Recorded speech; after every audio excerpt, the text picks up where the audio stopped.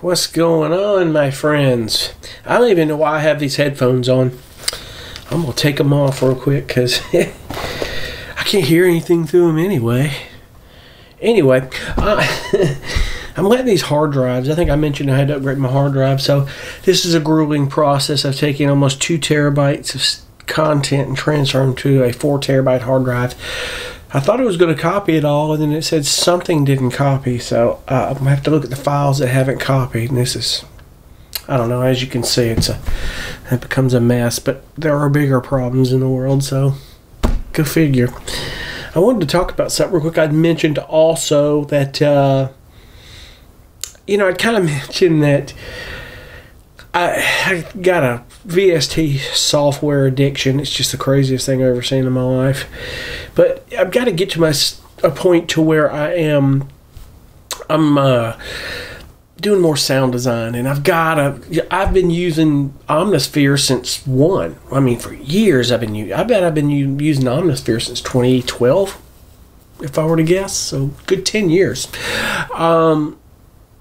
And I'm watching videos now, some of these channels that are amazing at taking samples and just doing their own sound design. And I've really done a jam up amount of time of watching a couple of these channels, but I haven't done enough. There's a guy here, his channel here. Hold on one second. Let's pause that because that'll be loud coming through. The channel goes by the name of Signs of Life, and each of the I is a number 1. So that's how if you can look right there, Signs of Life, it looks like it's an I, but it's actually a number 1 in each one of those words. So if you look him up, this guy does an amazing job doing sound design in detail about, he does a lot of ambient music. So, I mean, I think he's real good, and I'm watching his videos. I've got, you know, you look at Omnisphere and you think at first, there's nothing to this synthesizer, but I'm telling you, Omnisphere is just about as deep as it gets when it comes to being incredible for a synthesizer. People think, oh, this synth is better, that, you know, work with what's best for you. But I'm telling you, when it comes to a synth that is a Swiss Army knife and has everything you could possibly want if you're in sound design, Omnisphere. Another one is Serum. I mean, I've used Omnisphere for years, but I didn't even begin to even think about scratching the surface on this. There's so much detail that's under the hood with Omnisphere to blow your mind. Serum is the same way. It's a lot sound design. Serum is more like the graphical user interface of sound design, where you can graphically see everything. Unlike if you go to, say, Thor with Reason, and, you know, if you go to Reason here, let's bring Reason 12 up here and I'll show you. If you go to Reason here, you've got Thor, which is just a modular synth that it's about they pretty much pioneered the first series of synthesizers out there that were really modular synths. You know, they really were the pioneers of it. And when people think of Reason, they think, oh, Thor, it's, you know, a great synthesizer. You know, you look at Thor here, you know, it doesn't look like much there, but once you get up under that hood, you get up under the hood of this, you like show programmer, look at all that. And it shows you arrows, like, you know, where you would start from your do you want a sine wave, and then going into your filters and a lot of your amps. And I mean, this stuff here is pretty much is as thorough as it gets when it comes to an analog synth. I mean, you have presets, but this is what really mind-boggled me. I just wasn't good at, and I'm not good at it. Never did it because I never really took the time to learn. But there are YouTube videos that will show you like the basics of programming a synth and how you start from start to finish, the order that you would do it. Now, there's a proper order, but if you get good enough, you do what order works best for you. Pick something and start toying with it, start, you know, messing around with it to build your own patch. But I mean, Thor was basically the pioneer that almost started it all. I don't really know what other synths were out there at that time, but this was the one that stands out to a lot of people. It really does. And it is pretty cool. And of course, this thing's going to lock up on me here real quick. Thank you, Reason, for doing that. It's because I'm doing too much, that's why. But Omnisphere is incredible, and I'm going to get on as I learn, and I'll talk about that more later. But what I wanted to do is get on and talk about, the other day I was talking about, I bought this Unison Chord Pack, Midi Chord Pack, which shouldn't have done it. I being a little curious about it, I already knew what it was consistent of. I just wanted to pretty much get in here. You know, basically you get your file folder, and it just has all your MIDI stuff. You've got your, everything's laid out. Someone who doesn't know anything about music, I mean, the README manual, I don't know what it says, but I can tell you, it doesn't say what this company should be talking about. Is you need to not use these chord progressions and just throw them in. You need to make them your own. Now, the cool thing about this, and I'm going to show you a tool here that's better. Don't buy this. I'll tell you where to go, and it'll be much better. And it'll be a good learning tool if you're just starting out with music and you don't understand music.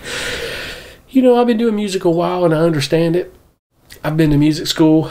I still have to write down on my iPad. I have all my major and minor scales written out, my relatives and various things. Because you know, off the top of my head, I want to go look what notes are in a D minor scale. And sometimes I'll just put scales and chords on it and hit all my white keys. It's good to save time, you know. I said in my last video, I own Scalar too, but I ain't used it. And the thing is, that's a good learning tool too. Learning tool as well. Excuse me, I can't talk.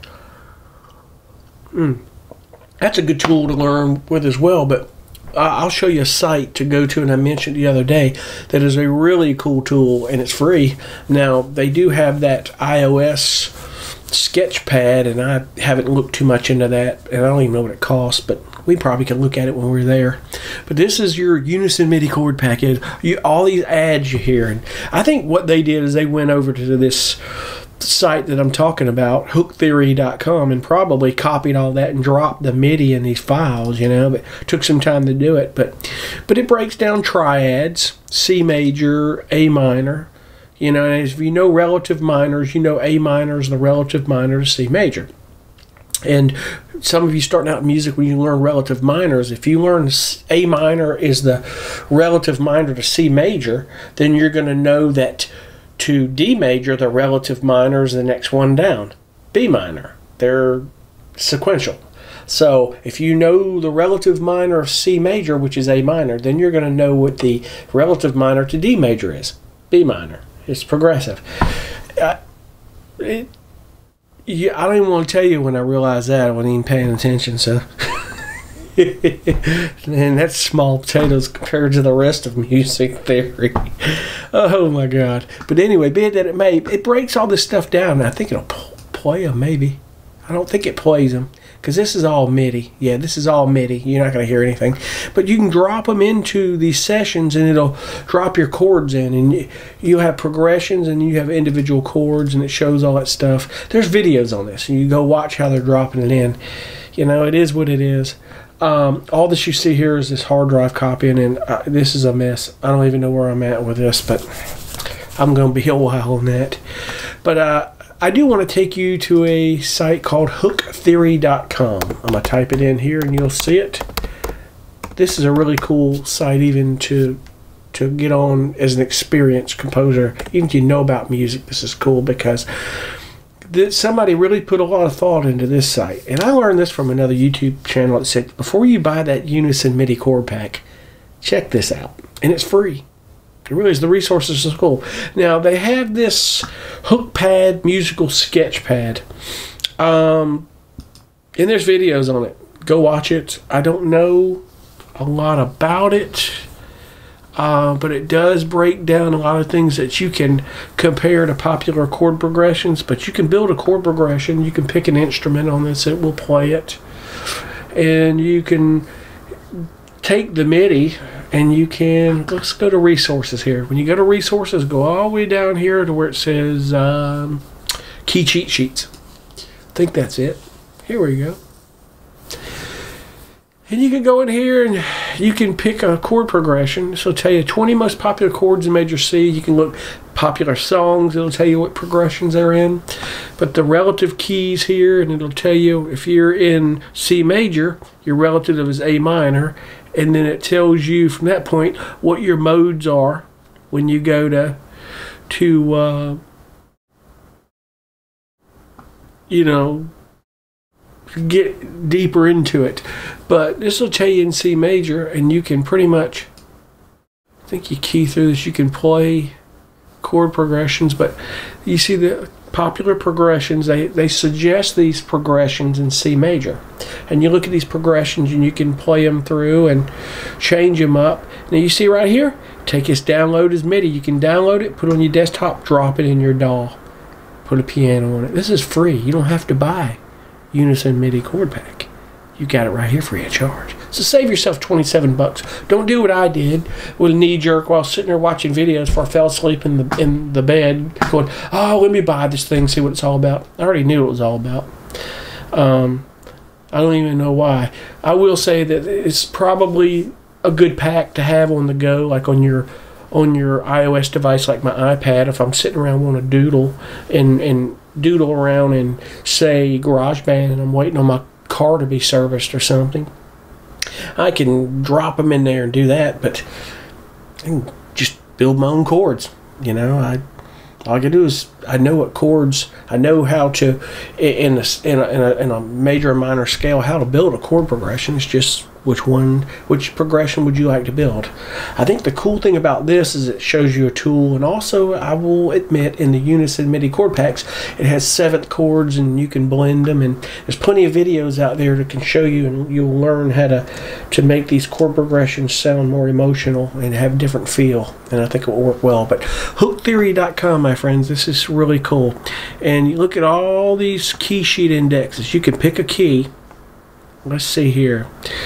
I don't know, you pick D major, and there's D major for you, and then it tells you the popular progressions in D major, suggests them. You can build your own up here. You can hit your chord 1 is D and it'll play it. There's your D major chord. It'll show you, if you want to play them on the piano, it'll show you the chords. If you want the 4th in that is G. So let's say E is your 2nd, so it's going to be E minor. There's your E minor. Your 3rd chord is F sharp minor. That's an F sharp minor. Now there can be an inversion. You don't have to stretch that far to get it. That's only if you can pull the triad here and add that. That's a left-handed deal, but you get the idea. You know, you want to go, and the 4th is G major. The 5th is A major. 1, 4, 5 is the major chords in a major scale. 1, 2, 3, 6, and 7 are your minors. 7 being your diminished. I may be getting over your head if you're just starting out new in music, and I'm not really a music teacher. I tried that years ago and I didn't have the patience for it. Whew, that's a whole nother story.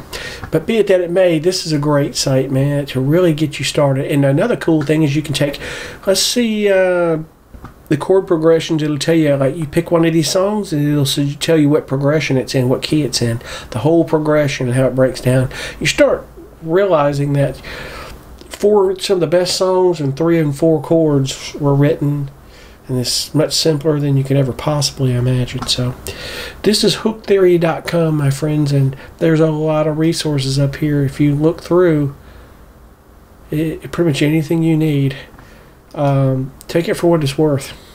It's my suggestion if you're starting out in music. Hey, I've been playing for a long time, and I mean a real long time. I still would get on here myself. Even today I'd do it. So anyway, that's my 10 cents today for whatever it's worth. I appreciate you for watching, and we'll see you guys on the next video. Be cool. Bye.